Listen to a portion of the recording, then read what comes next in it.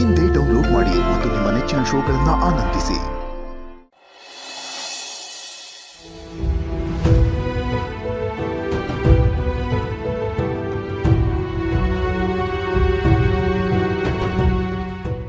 ಈ ಯೂನಿಫಾರ್ಮ್ ನಿಮ್ಗೆ ಎಷ್ಟು ಇಂಪಾರ್ಟೆಂಟು, ಇದನ್ನು ಕಂಡ್ರೆ ನಿಮಗೆ ಎಷ್ಟು ಪ್ರೀತಿ ಗೌರವ ಅಂತ ನನಗೆ ತುಂಬ ಚೆನ್ನಾಗಿ ಗೊತ್ತಿದೆ. ನಿಮ್ಮ ಇಡೀ ಸರ್ವಿಸಲ್ಲಿ ಒಂದೇ ಒಂದು ದಿನ ಯೂನಿಫಾರ್ಮ್ ಇಲ್ಲದೆ ನೀವು ಡ್ಯೂಟಿಗೆ ಹೋದವರೇ ಅಲ್ಲ. ಆದರೆ ಇವತ್ತು ಅಪ್ಪ ಮಗಳಿಬ್ಬರು ಸೇರಿ ಮಾಡದಿರೋ ತಪ್ಪನ್ನು ನಿಮ್ಮ ತಲೆಗೆ ಹೊರಿಸಿ ನಿಮ್ಮ ಕೆಲಸ ಕಿತ್ಕೊಂಡಿದ್ದಾರೆ. ಅದನ್ನೆಲ್ಲ ನೊಂದ್ಕೊಂಡು ಯಾರಿಗೂ ಒಂದು ಮಾತು ಹೇಳಿದೆ ದಿನ ಯೂನಿಫಾರ್ಮ್ ಹಾಕ್ಕೊಂಡು ಪಾರ್ಕಲ್ಲಿ ಹೋಗಿ ಕೂತ್ಕೋತಾ ಇದ್ದೀರಲ್ಲ, ಯಾಕಪ್ಪ ಯಾಕೆ ಹೀಗೆ ಮಾಡ್ತೀರಾ? ಒಂದೇ ಒಂದು ಮಾತು ಮಗನೇ ಹಿಂಗೆ ಆಯಿತು ಅಂತ ಹೇಳಿದರೆ ಅಪ್ಪ ಮಗಳಿಬ್ಬರಿಗೂ ಒಂದು ಗತಿ ಕಾಣಿಸ್ಬಿಡ್ತಾ ಇದ್ದೆ. ನಿಮ್ಮ ಒಳ್ಳೆತನ ದುರುಪಯೋಗ ಪಡ್ಕೊಂಡು ಮನೆಗೆ ಬಂದು ನನಗೆ ಗೊತ್ತಿಲ್ಲದೆ ನಾಟಕ ಆಡಿ ಸಕ್ಸಸ್ ಆಗಿ ಗೆದ್ದುಬಿಡೀನಿ ಅಂದ್ಕೊಂಡಿದ್ದಾಳೆ. ರಿಟೈರ್ ಆಗೋ ಟೈಮಲ್ಲಿ ಈ ಥರ ಕೆಟ್ಟ ಹೆಸರು ಬಂದರೆ ಡಿಪಾರ್ಟ್ಮೆಂಟ್ ಅವರೆಲ್ಲ ನಿಮ್ಮ ಬಗ್ಗೆ ಏನು ಹೇಳ್ತಾರೆ? ನನ್ನಿಂದ ಅಂತೂ ನಿಮಗೆ ಏನೂ ಮಾಡೋಕ್ಕಾಗ್ತಿಲ್ಲ. ಐ ಆಮ್ ವೆರಿ ಸಾರಿ ಅಪ್ಪ, ಐ ಆಮ್ ವೆರಿ ಸಾರಿ.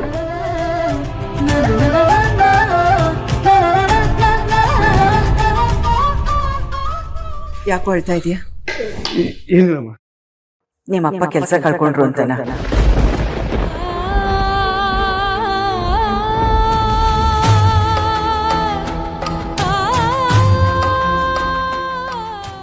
ಏನು ಹೇಳ್ತಾ ಇದೆಯಮ್ಮ? ನಿಮ್ಮಪ್ಪನ ಕೆಲಸದಿಂದ ತೆಗ್ದಿರೋ ಸತ್ಯ ನಿನಗೆ ಹೇಗೆ ಗೊತ್ತು? ನನಗೂ ಹಾಗೆ ಗೊತ್ತು.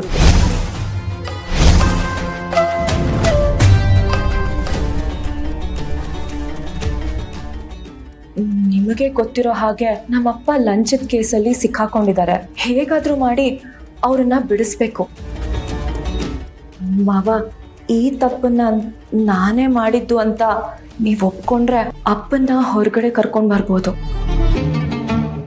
ಕೈ ಮುಗಿದ್ ಕೇಳ್ಕೊಳ್ತೀನಿ ಮಾವ, ನಮ್ಮಪ್ಪನ ಜೀವ ಮತ್ತೆ ಜೀವನ ಎರಡು ನಿಮ್ ಕೈಯಲ್ಲೇ ಇದೆ.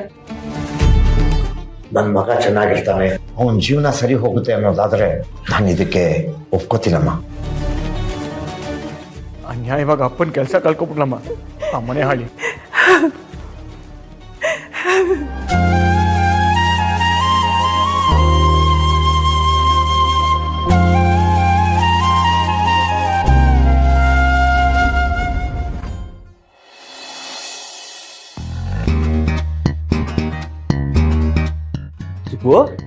ಏನೇ ಇಷ್ಟೊಂದು ಖುಷಿಯಾಗಿದ್ಯಾ?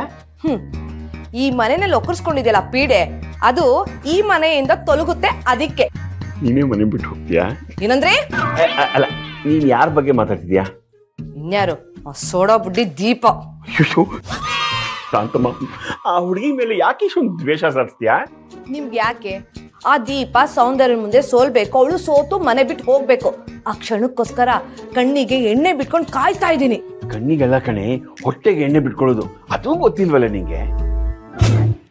ನೋಡೆ, ಚಿಕ್ಕಮ್ಮ ಕೊಟ್ಟಿರೋ ಟಾಸ್ಕ್ ಅಲ್ಲಿ ಗೆಲ್ಲೋದು ನಮ್ ದೀಪಾನೇ. ಕಾಂಪಿಟೇಷನ್ ಇರೋದು ನಮ್ ಸೌಂದರ್ಯ.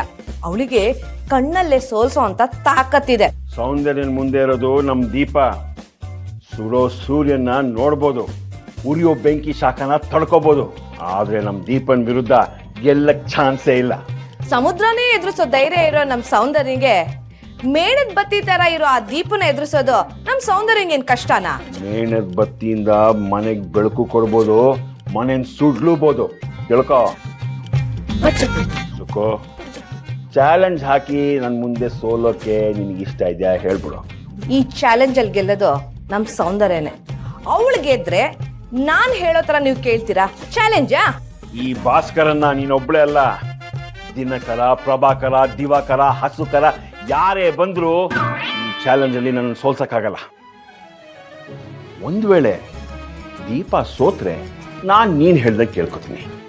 ಆದ್ರೆ ದೀಪ ಗೆದ್ದು ಸೌಂದರ್ಯ ಸೋತ್ರೆ ನೀನೇನ್ ಮಾಡ್ತೀಯ ಅದು ಹೇಳು. ಏನ್ ಮಾಡ್ಬೇಕು? ದೀಪ ಸೋತ್ರೆ ಹೇಗ್ ಮನೆ ಬಿಟ್ಟು ಹೋಗ್ತೀನಿ ಅಂತ ಹೇಳಿದಾಳೋ, ಸೌಂದರ್ಯ ಸೋತ್ರೆ ನೀನು ಮನೆ ಬಿಟ್ಟು ಹೋಗ್ತೀಯಾ? ಓಹೋ, ನನ್ನನ್ನ ಈ ಮನೆ ಬಿಟ್ಟು ಓಡಿಸೋ ಯೋಚನೆನಲ್ಲಿದ್ದೀರಾ? ಇದು ಚಾಲೆಂಜು. ಧೈರ್ಯ ಇದ್ರೆ ಒಪ್ಕೊ, ಇಲ್ದೆ ಸುಮ್ಮನೆ ಕೂತ್ಕೊ. ನನ್ನ ಮೈಯಲ್ಲಿ ಅರಿತಿರೋದು ನಮ್ಮ ಅಪ್ಪ ಅಮ್ಮನ ರಕ್ತ ಆದ್ರೂ ನನ್ನಲ್ಲಿರೋ ವ್ಯಕ್ತಿತ್ವ ಸೌಂದರ್ಯನ ತರದ್ದು. Challenge accepted. ಓಕೆ ದೀಪಾ, ಗೆಲ್ಲು. ಸೌಂದರ್ಯ ನೀನೇ ಗೆಲ್ಬೇಕು. ನನ್ನ ಗಂಡನಿಗೆ ಕೆಲಸ ಹೋಯ್ತು ಅಂತ ಅಳ್ಳು. ಇಲ್ಲ, ನಮ್ಮನೆ ಸೊಸೆನೆ ನಮ್ಗೆಲ್ಲ ಮೋಸ ಮಾಡಿದ್ಲು ಅಂತ ಅಳ್ಳು. ನನಗೊಂದು ಗೊತ್ತಾಗ್ತಿಲ್ಲ ಮಗನೇ. ಅವಳವತ್ತು ಲಕ್ಷಣವಾಗಿ ಸೀರೆ ಉಟ್ಕೊಂಡು ಬಂದು ನಮ್ಮೆಲ್ಲರ ಕಣ್ಣಿಗೆ ಹೀಗೆ ಮಂಗ್ಪೂದೆ ಏರಿಸ್ತಾಳೆ ಅಂತ ನಾನು ಅನ್ಕೊಳ್ಳೇ ಇಲ್ಲ ಕಣೋ. ಮಾವ, ನಾನು ನಿಮ್ಮ ಹತ್ರ ಮಾತಾಡಬೇಕು ಅಂತ ನಿಮ್ಮ ಅಪ್ಪನ ಒಳಗಡೆ ಕರ್ಕೊಂಡು ಹೋದ್ಲಲ್ಲ, ನನ್ಗೇನೋ ಅನ್ಕೊಂಡ್ಬಿಟ್ಟೆ. ಆದರೆ ಈ ಥರ ತನ್ನ ಕೆಲಸನ ಸಾಧಿಸ್ತಾಳೆ ಅಂತ ನಮ್ಗೆ ಯಾರಿಗೂ ಗೊತ್ತೇ ಆಗ್ಲಿಲ್ವಲ್ಲ. ಅವಳು ಮನೆಗೆ ಬಂದು ಹೋಗಿದ್ನ ನೀನಾದರೂ ನನಗೆ ಹೇಳಬೇಕಾಗಿತ್ತಮ್ಮ.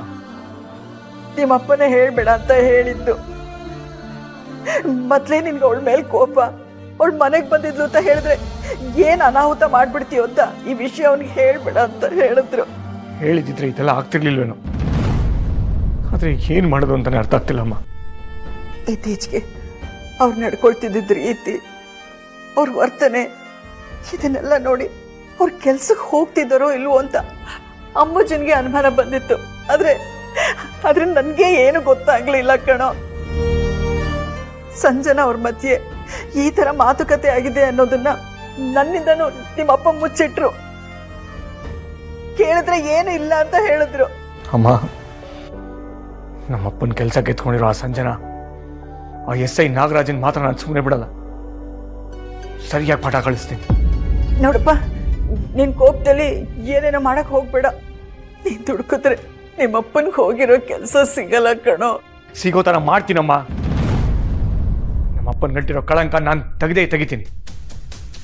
ಮೊದಲಿನ ಥರ ನಮ್ಮಪ್ಪ ರಿಟೈರ್ ಆಗೋವರೆಗೂ ತಲೆ ಎತ್ತಿ ಕೆಲಸ ಮಾಡೋ ಹಾಗೆ ನಾನು ಮಾಡ್ತೀನಿ. ನೋಡಪ್ಪ, ಸಂಜನಾ ಮೇಲಿನ ಕೋಪಕ್ಕೆ ಏನೇನು ಅನಾಹುತ ಮಾಡ್ಕೋಬೇಡ. ಹುಷಾರಾಗಿರು. ಆಯ್ತಮ್ಮ. ಆದರೆ ಒಂದು, ನಮಗೆ ವಿಷಯ ಗೊತ್ತಾಗಿದೆ ಅಂತ ಅಪ್ಪನಿಗೆ ಮಾತ್ರ ಗೊತ್ತಾಗೋದು ಬೇಡ. ಆಯ್ತಪ್ಪ, ನಾನೇನು ಹೇಳಲ್ಲ. ಆದರೆ ನೀನು ಅವ್ರ ಜೊತೆ ಮಾಮೂಲಿ ಥರ ನಗ್ನಾಗ್ತಾನೆ ಇರು. ಸರಿ ಅಮ್ಮ. ನಿಮ್ಮಪ್ಪನಿಗೆ ಯೂನಿಫಾರ್ಮ್ ಮೇಲೆ ಎಷ್ಟು ಗೌರವ ಇತ್ತು, ಅದನ್ನೇ ಅವರಿಂದ ಕಿತ್ಕೊಂಡು ಬಿಟ್ರಲ್ಲೋ. ಅಮ್ಮ, ಅವ್ರು ಮಾಡಿರೋ ತಪ್ಪಿಗೆ ಅವ್ರ ಶಿಕ್ಷೆ ಅನುಭವಿಸೋ ಥರ ನಾನು ಮಾಡೇ ಮಾಡ್ತೀನಿ. ನೀನೇನು ಯೋಚನೆ ಮಾಡ್ಬಿಡು.